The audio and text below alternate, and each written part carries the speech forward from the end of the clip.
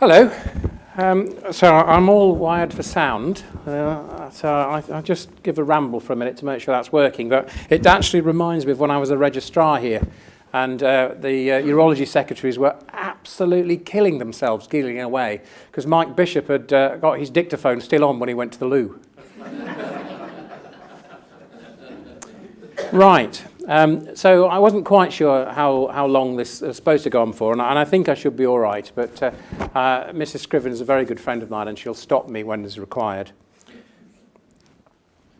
This is my world. This is urology. Kidneys, bladder, prostate, and all the little tubes that connect them together, and as my nursing colleagues in theatre call the bottom bit, the dangly bits, yuck, which I tend to deal with an awful lot. And nearly all major hospitals have got urology departments.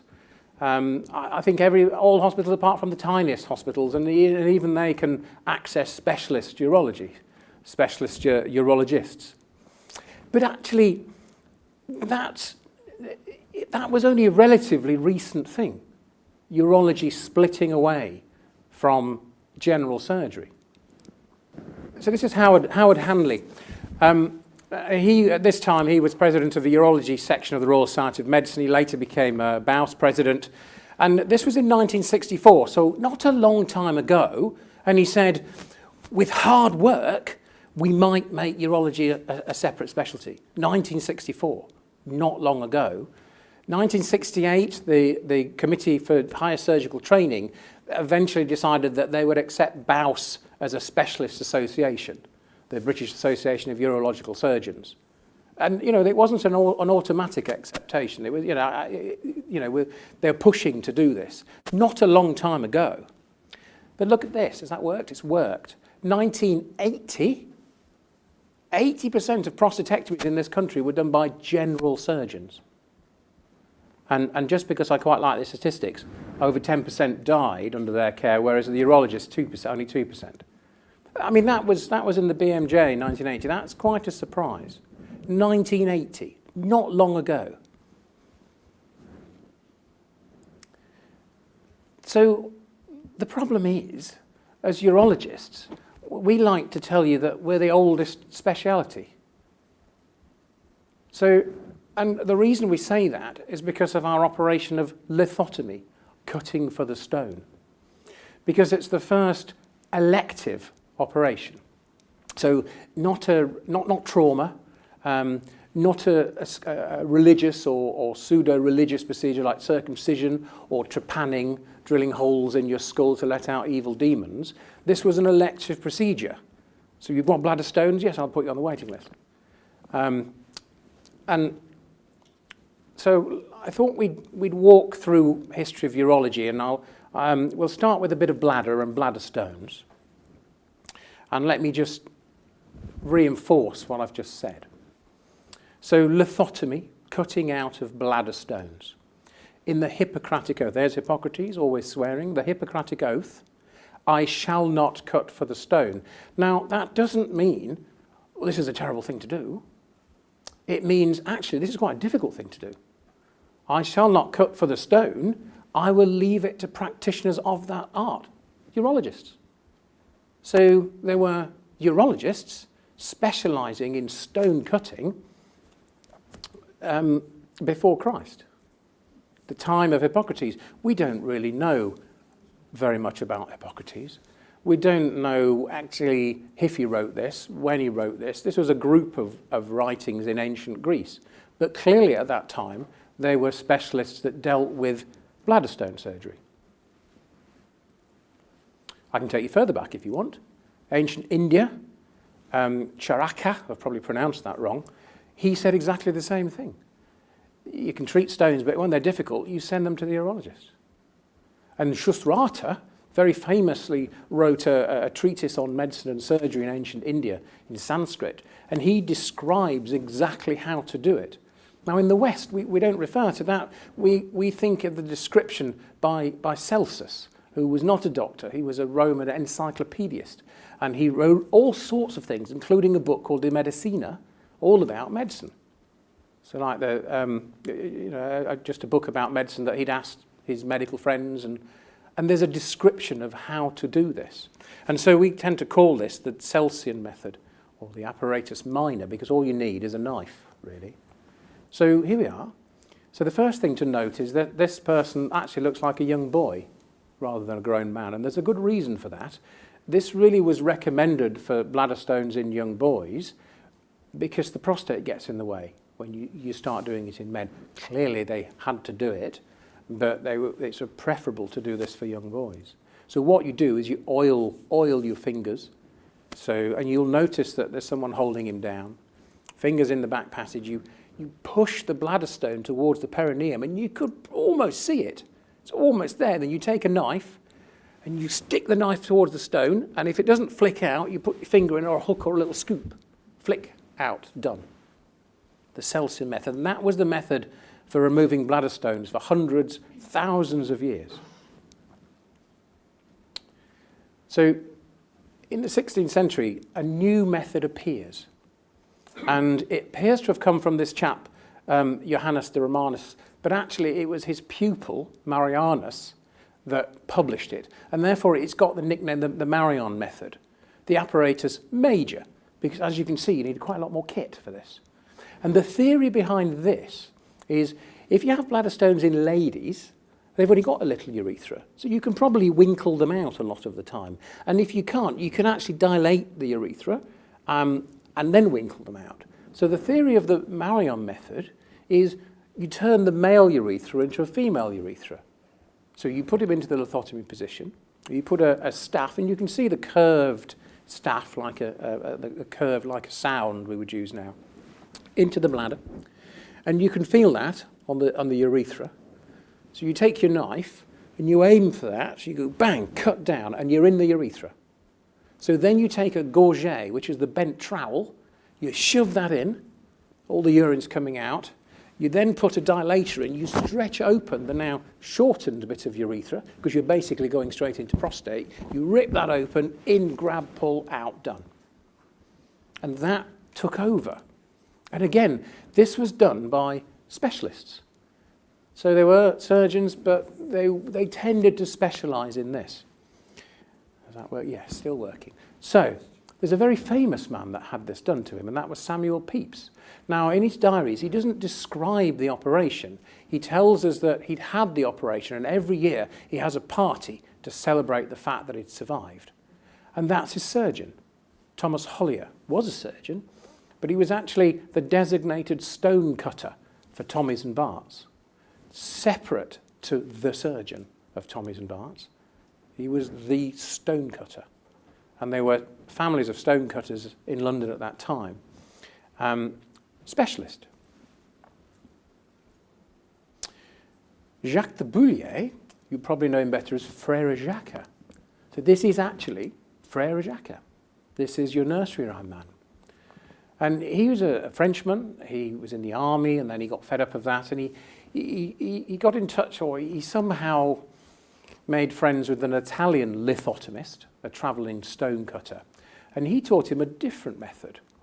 And so Frère Jacques then, he sort of renamed himself as a sort of monk. He was never a monk, a recognised monk. He dressed like a monk. He didn't have a lot of money. He took money for the bladder stone operations he did as he went from village to village, and he used that really to buy clothes, new shoes, new instruments. And his method was to go, instead of through the middle of the urethra, you go to the side, laterally. So this is the lateral method.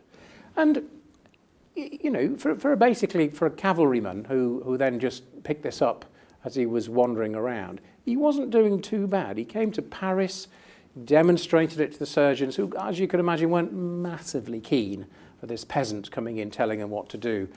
But he wasn't doing too badly. He moved to the court at Fontainebleau, but then he went a bit wrong. See, if you look at his statistics, he wasn't doing terribly well. So out of 60 patients over a period of time, only 13 he could class as a cure, and the rest are either dead or crippled, and crippled probably means completely incontinent of urine, feces with a fistula. So they sort of got rid of him, and he ran away to Holland. That's the wrong computer. Try this one. And in Holland, he met up with Johannes Jacob Rau, who was the surgeon and anatomist at the time in Amsterdam. And he watched him do it, and he twigged that actually this is quite a good method. And he applied his knowledge of anatomy and improved it and became very good at it. And people flocked from all over Europe to see him do it. But he didn't really want other people to know how to do it. So this is our man Cheselden. So from Leicestershire, but he moved down to London, became a very famous and well-known anatomist and surgeon. And he went over to watch Rau do this. And as Rau was doing it, he covered the wound with his hand, so he couldn't quite see. But he worked out, again, sort of what the method was. He came back to England. He started dissecting bodies, so hanged men, grave-robbed bodies, and worked out the anatomy. To go lateral, and you come into the bladder from the side. And he became very good at this. So in his first 100 cases, his mortality rate was only 6%. I mean, that's very impressive. You know, this is early 18th century London. And the fastest case recorded was supposed to be 54 seconds. That's knife to skin, stone out. 54. And you don't really do much to the wound. You allow it to heal by secondary intention, perhaps put a stitch through it. And that became the major way of operating on bladder stones for hundreds of years, another couple of hundred years, into the modern era. But that's not what I would do. So, you can see there, I just stuck that in at the last minute. It's actually a book. The whole book is about having to cut through the prostate and divide the prostate to get to the bladder stone. But it was a nice picture I shoved in there because I think it demonstrates what I'm talking about. You put the sound in, and in the Marion operation, you would aim for the sound. And in this operation, you would aim for the sound, but you'd go off laterally, and you'd come in through the side. But in a prostate, divide the prostate. But that's another talk. So if I was taking out a large bladder stone that I wasn't using some fancy laser to do, I would go suprapubically, fill up the bladder, go suprapubically. But they weren't doing that. So a couple of people did it. So this guy, Pierre Franco, he was another travelling surgeon around France and Switzerland. He would do your bladder stone, your hernia, your wen, your sebaceous cyst on the head, maybe your cataract, just a few select procedures. And he wrote a book about hernias, and in that book, Hidden Away, he talks about trying to take a bladder stone out of a young boy. And he couldn't do it, and he gave up, and the parents begged him to do anything. And so he said, well, I just went above the pubic bone, and there it was, and I flicked it out, but I wouldn't recommend it. And that disappears. And then again in the early 18th century, John Douglas. Now, have you heard of the pouch of Douglas? Yes? It's not him. So that was his brother, James. So James described the peritoneal folds and the pouch of Douglas, and but John used that information to say, well, actually, we can go into the top here. As the bladder distends, it pushes the peritoneum out of the way. You can go in there. And I haven't put a picture on, but he's a fantastic picture of his instruments I have in one of his books. And basically, there's a big trowel-like knife that he just goes in, whips it out, and he puts a single suture in. And again, you're looking at seconds to minutes to do this. And it seemed to work. And he did quite well. And he taught Cheselden, and Cheselden liked it, and they both wrote books about it. And it was going all right for a few years, and all of a sudden, it disappears. And no one talks about it. And it all disappeared for another 100 years, and then it slight surfaced, and it went down again for another 100 years. Well, why do you think that is? So bearing in mind, these are people that are not under anaesthetic. They've been held down. They're screaming, they're pushing, they're kicking and wiggling. If you go in through the perineum, if anything, it's going to push the stone out. And I don't know if you've ever had to replace a lot of small bowel into a wound, even with a very good anaesthetist and nice relaxation. It's not the easiest thing to do. Imagine what that's like if you incidentally cut the peritoneum in the early 18th century and all the sausages come out. You'll never get them back in an unanaesthetized, unrelaxed patient. And I suspect that was the problem. It clearly was a better operation as long as it went well. And if it went wrong, that was a very visual way to show that your patient was dying. A lot of them died, but slowly in the ward, not in front of the anatomy theatre where everyone was watching you. And I suspect that was the main reason. But again, I don't do that very often, because there's another way in, isn't there? You're going through the urethra. And for hundreds of years, people were trying to do this. So bear in mind that bladder stones are much more common than they are now. It's almost certainly related to diet. And it was a major scourge and one of the capital operations: amputation, trepanning, and bladder stones, lithotomy. So there was a lot of this required. Well, surely you can go down there's a pipe there waiting for you. And people tried all sorts of things. And our friend Pierre Franco had a go as well, and he invented this. And this is based a bit on like a bullet extractor. So you feed it in, you can grab the stone and you can try and pull it out, but it's only going to work for little stones. What you need to do is break them up.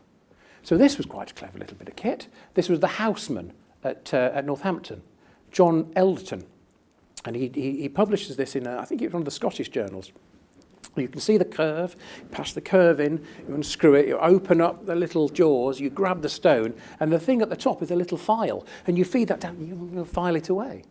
And then move it around and file a bit more away. It didn't take on. I can't find any example of anyone using it. There's a throwaway phrase in another journal about it didn't work well, which sort of suggests at least someone tried it. No, not him, him. This is the man that did it. This is Jean Sivial. He's a Frenchman. And he tried all these things, and he eventually came up with this beautiful, elegant piece of kit. And in 1824, he presented this to the Academy of Science in Paris, and they decided, and we have now decided, that he is the man that invented lithotripsy, the blind passing and crushing of the stone in the bladder, the first minimally invasive surgery. So urology, first minimally invasive surgery, difficult thing to do. You need a specialist to do this. And you go in here, and you grab the stone, and then there's a little bow drill, and your assistant drills a bit, and then you move it around, drills. And what then happened in the 1820s and 30s, everyone then got on the bandwagon, and then, I can make a better one, I can make a better one. And there's lots of little books that are appearing and articles saying, well, I altered it like this, I did it like this. And Jean Sivial was the first one, and there was a couple of guys that brought his technique across into Great Britain.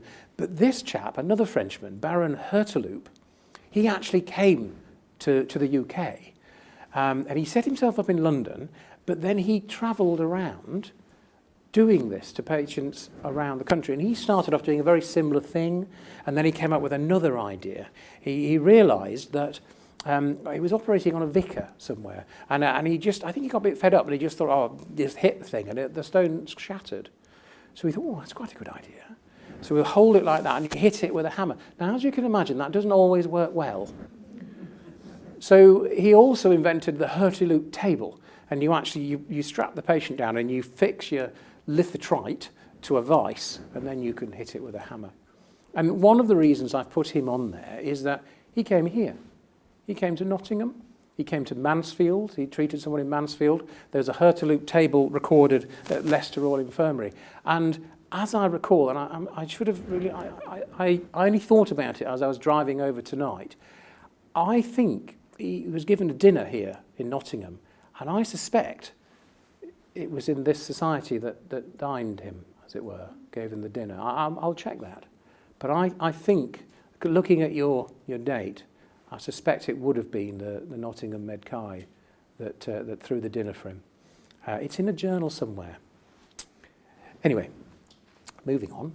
And then, of course, obviously we don't do that now. They've taken it away from me at Leicester. I had a blind lithotrite. They've taken it away, Sharon. They won't let me use it anymore. But now we can see what we're doing, which moves us on to the next point. Wouldn't it be nice to see inside the bladder? So it's all, the minimally invasive thing, all great, lovely. This is building up in the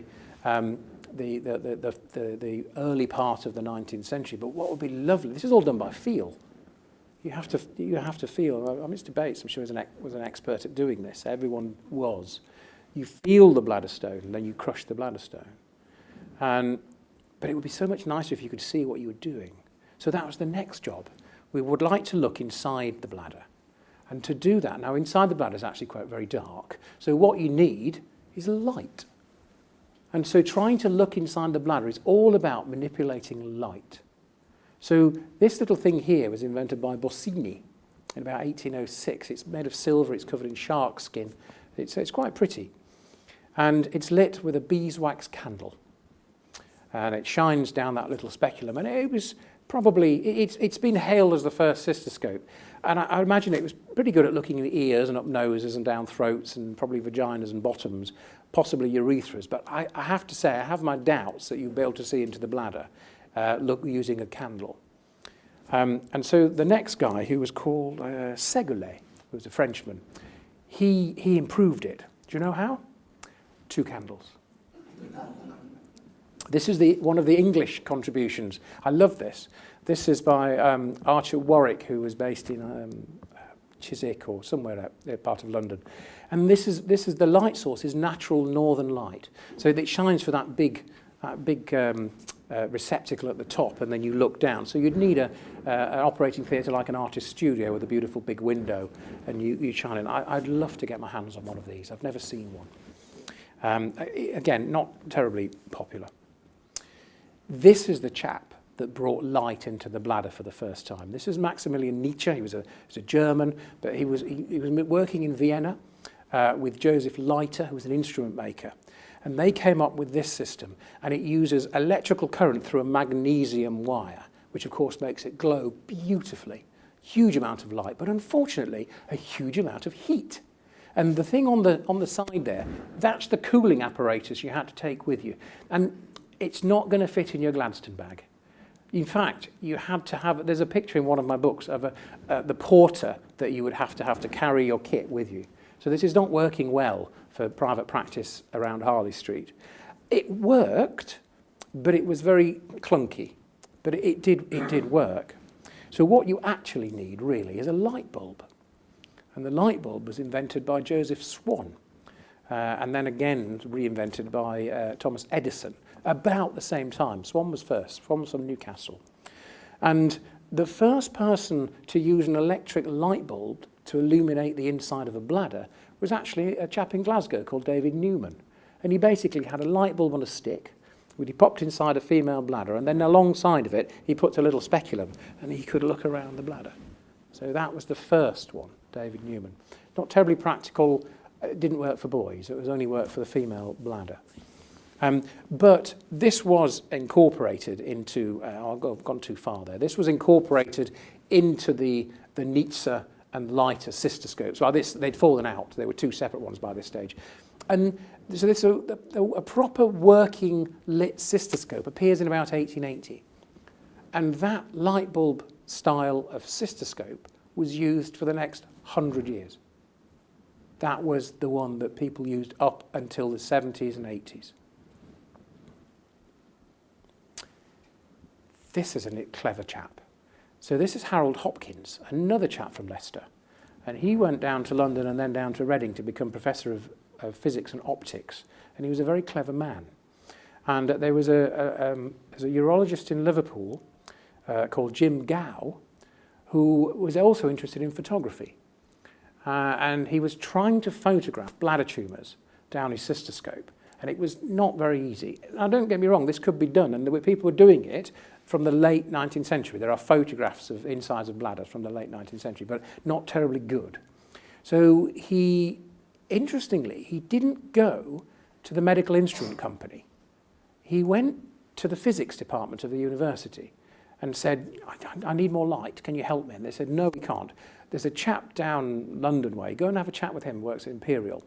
And he went down to Harold Hopkins, and Hopkins got himself a load of cystoscopes, took them all apart, and then said, it can't be done, because I've done the calculations, and you need to increase the light intensity by a factor of 50. And he says, it just can't be done. You know, it needs a completely new concept. So Jim Gow said, well, you're a professor, you come up with a new concept then. So he did. And the concept was that light travels better through glass than it does through air. So instead of like Nelson's telescope, where you have a glass lens, air, a glass lens, he swapped that around. So you have, most of the time, it's going through glass and not air, the light. But more importantly, a special coating, so you don't lose light each time it comes to an edge. And he managed to improve the light intensity by a factor of 80. And that completely revolutionized not just urology, gastroenterology, gynecology, orthopedics, anyone that uses a scope. He was a very clever man. He also invented fiber optics. That's fiber optic light source, and fiber optics look down the like we use now, the flexible cystoscopes. He invented that. The gastroscopes, that all to do with that. He invented a laser that then became the laser used for CD players. He invented the first telephoto lens for television cameras, allowing that to be used at the test match in 1954. He was a very clever man. And so it was only when this occurs that you then finally lose the 1880 style of cystoscope. Right, let's do a bit more. Let's move up. Let's go to kidneys. Sharon likes kidneys. We'll do kidneys. So, kidneys. Now, the problem with kidneys is that they're a rather awkward place. So they're right at the back, and there's all the bowels and things in the way, and everyone from Hippocrates knew if you go poking around with kidneys, the patient will die. So that was a big problem.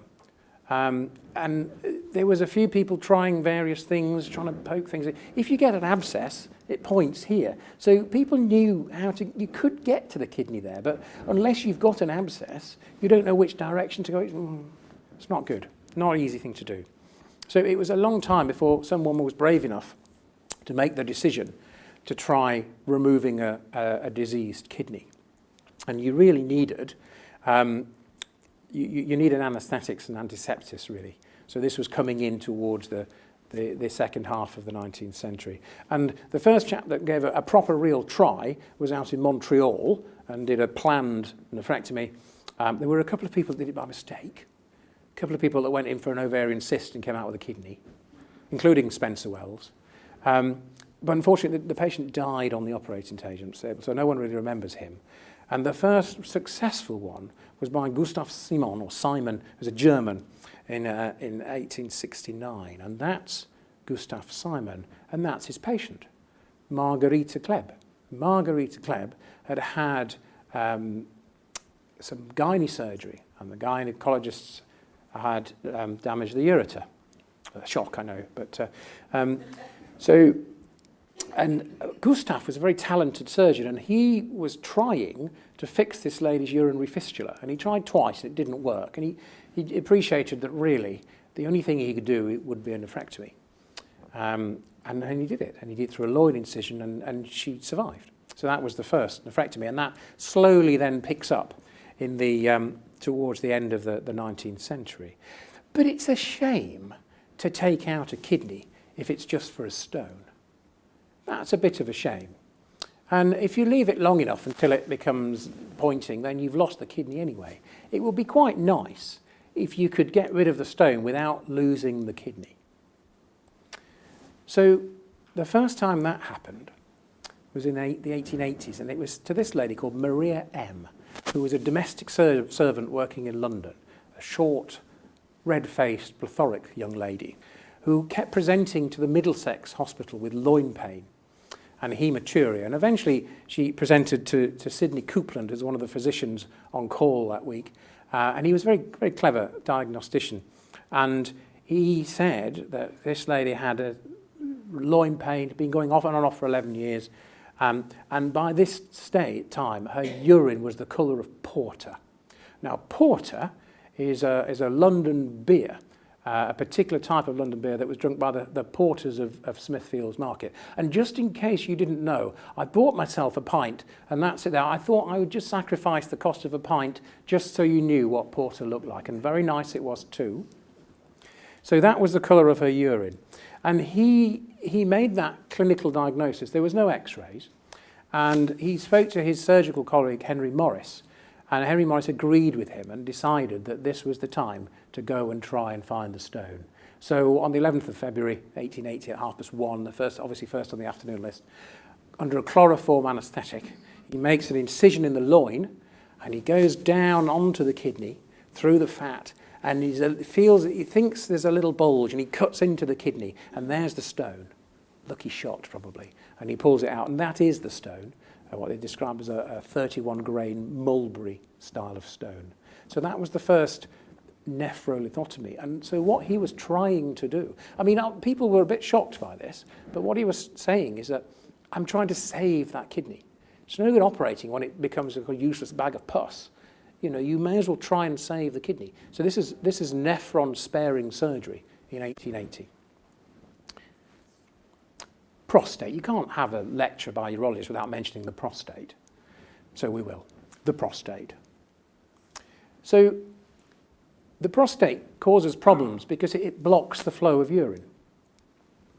So there are various things you can do about this. Well, you can drain the bladder, so you can put in a catheter. You could cut through the prostate, or you could get rid of the prostate. And that picture, that's the first ever picture of a prostate. So that picture was drawn by Andreas Vesalius. Now, you might have heard of Vesalius. He did a very famous anatomy book in 1543, De Human Corpora Fabricae, a beautiful book. That's not from that book. This picture is from 1538. This was a series of 6 tables that he drew for medical students. He was teaching students at Padua. And so he made these up and had them published. There are 2 left in the world. One is in Italy. This one's in Glasgow. So, and that's the first ever picture of the prostate gland sitting there underneath the bladder. Here, selection of catheters. So the beautiful flowers are alliums from the chive or onion family. And this was a very useful catheter. That hollow stem could be used as a catheter, and people did that along with reeds, but they were very useful. The beautiful curve at the top is a copy of a catheter that was found in the ruins of Pompeii. So that's AD 79. So that lovely S shape is a Roman-style catheter. And then, of course, you get the traditional J curve. These are late 19th century catheters and a little glass bottle to put your olive oil in to lubricate them. And then a vertebrated catheter at the bottom to allow you to get through that prostate. But, of course, we don't tend to use those anymore. Rubber catheters is what we use. And that's because there was a vulcanization of rubber by Goodyear, and that allowed them to make more use of this rubber, and catheters started to appear made of rubber. They were made of other things, gutta percha and wax, actually. A bougie, you might have heard the word bougie as we trying to pass things down the urethra, comes from the North African village of Bougie, where they were very good at making candles. That's where the word comes from. But these are rubber catheters. And Nellaton designed a catheter, and you often still ask for a Nellaton catheter in theatre today. He was a physician to Napoleon III, who died because of a bladder stone. So, chopping out the prostate. So, as I said, sometimes people approach the bladder to get bladder stones from the top. So towards the end of the 19th century, when it became a little bit easier, people were trying to do this. Now, Jean Almousset was a Frenchman, and he was doing suprapubic lithotomies at the beginning of the 19th century. So this was 100 years after Douglas had tried and decided it was a bad idea. And there was a little resurgence, particularly in Paris, about 100 years later. And he was removing a bladder stone, and he came across a thing in the way, which he chopped off. And that almost certainly was the middle lobe of the prostate. But he wasn't really doing it on purpose. Von Dietl, Dietl's crisis, pain in the kidney when you drink. Von Dietl did a similar thing. He was trying to put an open suprapubic catheter in, and a lump got in the way, and he chopped that off. And that was, again, the middle lobe of the prostate, which is probably why the fellow needed a suprapubic catheter. But then he made a conscious decision a few years later, 1885, with a colleague, a doctor who was in retention. They couldn't get a urethral catheter in. They tried getting a suprapubic catheter in. So he opened his bladder and purposely removed the middle lobe. But unfortunately, he died in a couple of days from sepsis. So again, he's been slightly forgotten there. And one of the names to remember is Arthur Ferguson McGill from Leeds. Actually, he's from Lancashire, but he worked in Leeds. And he, certainly in this country, was the first person to do a prostatectomy, an open prostatectomy. And he was operating on a bladder stone of a 54-year-old blacksmith. And he opened up the bladder, and he removed the stone, and he thought he could see a bladder tumour. So he snipped that off and twisted that away. And the houseman took it to the lab and looked it down the microscope and said, oh, it's not a bladder tumour, it's actually prostate. So he went and found his boss and said, it's prostate. And that houseman was Barclay Moynihan, later become Lord Moynihan of Leeds, one of the most famous surgeons. And McGill, instead of giving his houseman a clip round the ear and said, don't be rude, he said, well, that's interesting. I wonder why we don't do that more often. And he did.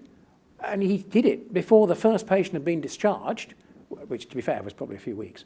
But he did it, and he started purposely going in through the bladder and removing the prostate.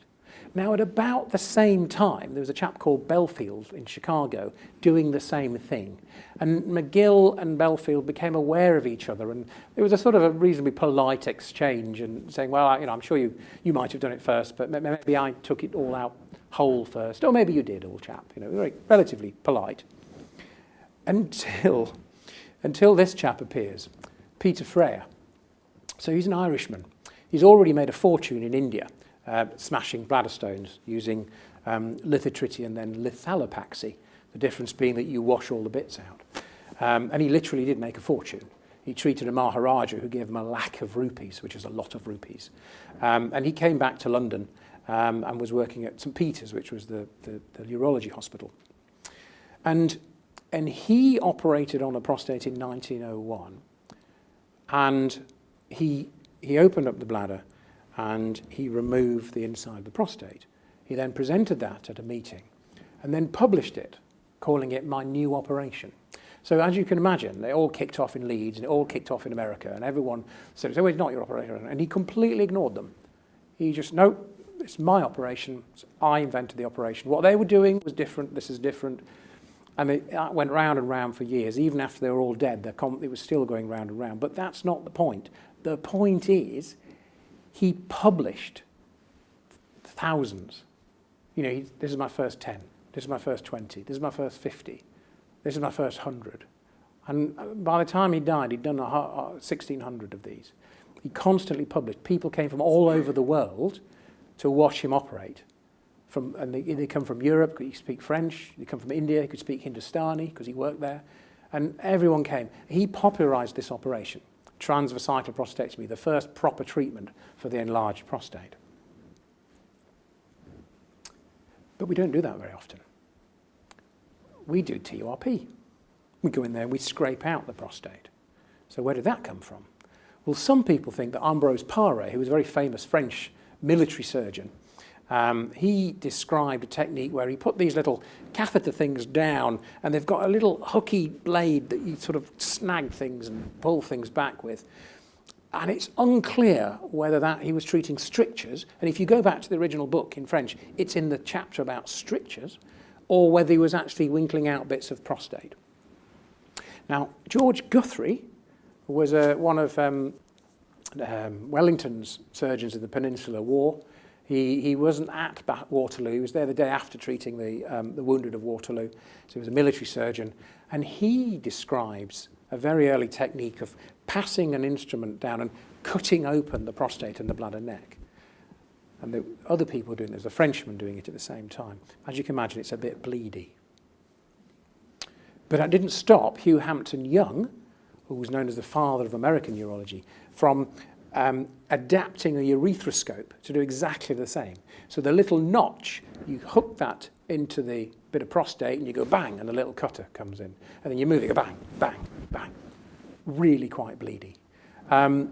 So Gershom Thompson, another American, he develops this further and gets a much better bit of kit to punch away the prostate. You can put a Bugbee electrode down to try and stop the bleeding. Still quite bloody, but so good that it was still being used 60s, 70s, 1980s probably.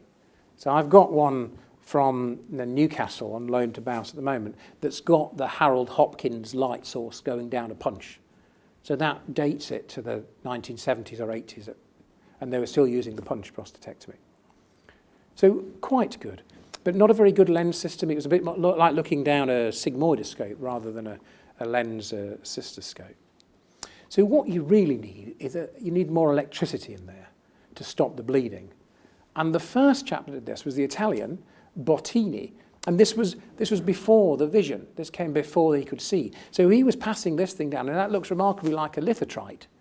It's the same shape. You pass that in there like a stone crusher, but instead of grabbing the stone, you grab a bit of prostate and bzzz and burn it, and bzzz, and then you stop. And the fella comes back next week, and bzzz, bzzz, and he comes back next week, and bzzz, bzzz, and after about 30 sessions, you've burnt away his prostate. And they were doing it, and I have a fantastic quote from a chap saying, "Oh, it doesn't hurt at all. In fact, I wouldn't advise ether, chloroform, dangerous." So they were doing that. But then what would be helpful if you could combine electricity and vision? And that starts in America again in the 1920s. So Maximilian Stern comes up with the first resectoscope. So a hot wire loop that you can see what you're doing, and you slice away what he describes as pieces of spaghetti from the prostate. Not perfect, but it was modified. The diathermy equipment was improved. The lens was improved, and it became the McCarthy resectoscope. Now, we have our finger and thumb in, and we do this, like squeeze together. This was a little lever, backwards and forwards. And they were selling these, the lever, in the 1960s. They're still in the instrument catalogues, McCarthy. And that was working for decades. People were using this on and off for decades, particularly in America. So you think, oh, great, that's it, we're fixed. TURP's been invented, hurrah. No. So it starts to come in the 1930s. The British are a little bit reluctant. And they're starting to accept it, and doing a bit of punch and doing a bit of resecting. There are certain people, flagship places, like St. Peter's, that O.G. Award was doing it. And this chap, Millen, he became a bit of an expert doing TURP. And then the war broke out. So firstly, all the urologists were taken away to war, a lot of them were. He stayed in London, the emergency medical service. But they took away all the high-powered diathermy machines because they were using them, it's the correct frequency, to block the German radar. It wasn't quite radar, but the Germans had a system for bomb aiming, basically.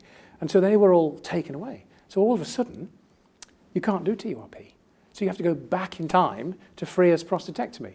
So he was doing Freer's prostatectomy. And all the time he was thinking there must be a better way. There has to be a better way. And eventually he comes with the better way. And at the end of the war, in 1945, he presents it to the Royal Society of Medicine. And he, instead of cutting through the bladder, he actually cuts into the prostate, sticks his finger in, and winkles out the prostate. It's a bit like putting your finger into a satsuma and taking all the bits out and leaving the skin behind. The Millen's prostatectomy. And that became the standard treatment. I've got 2 on my waiting list now. We still occasionally use them. And so that was great. So the problem with that is actually, and this is going to sound, I don't mean it to sound like this, it's actually relatively easy. Obviously it's not, but compared to doing a TURP, it's easy. And it's easy for general surgeons to do, because general surgeons are used to having their hands inside and not used to, or weren't, used to looking down little glass lenses with light bulbs on the end.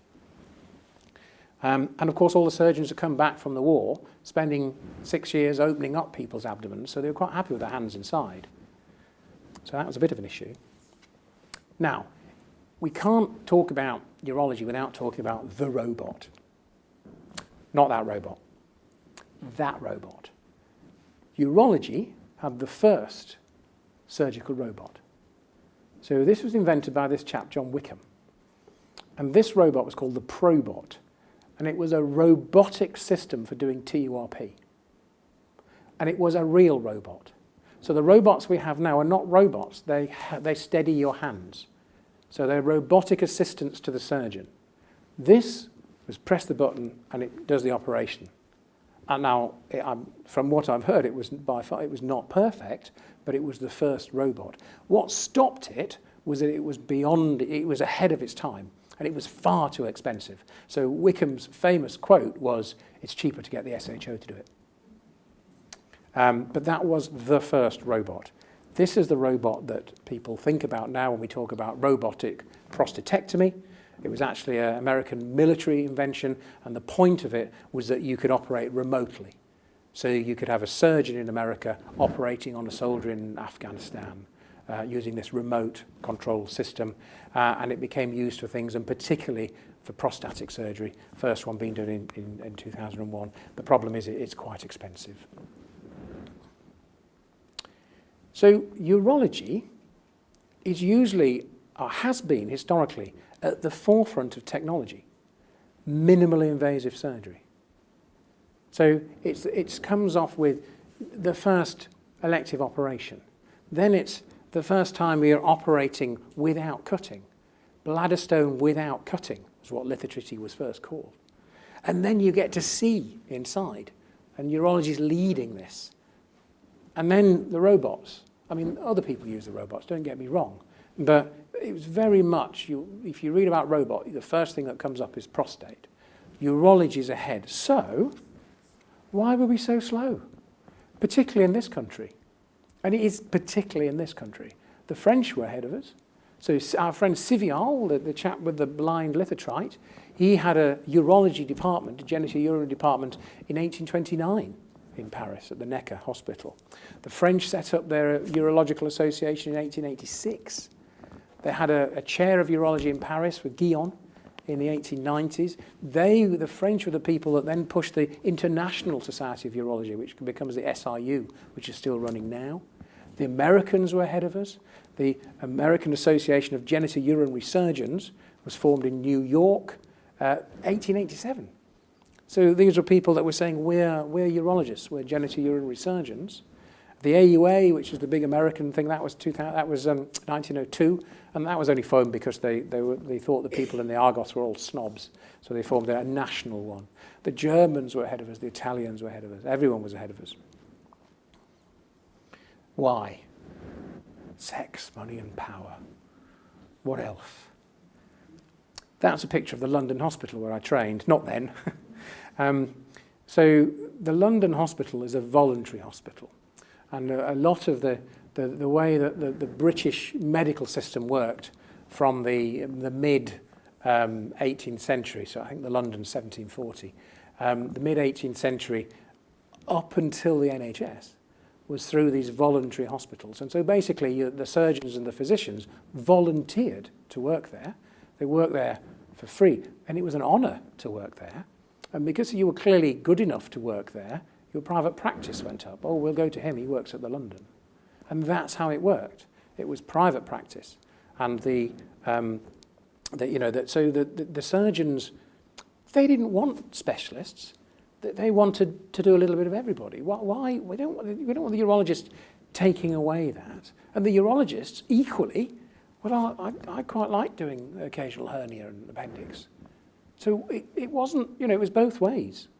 There wasn't urologists being beaten back. The urologists didn't want all these people that I've told you about.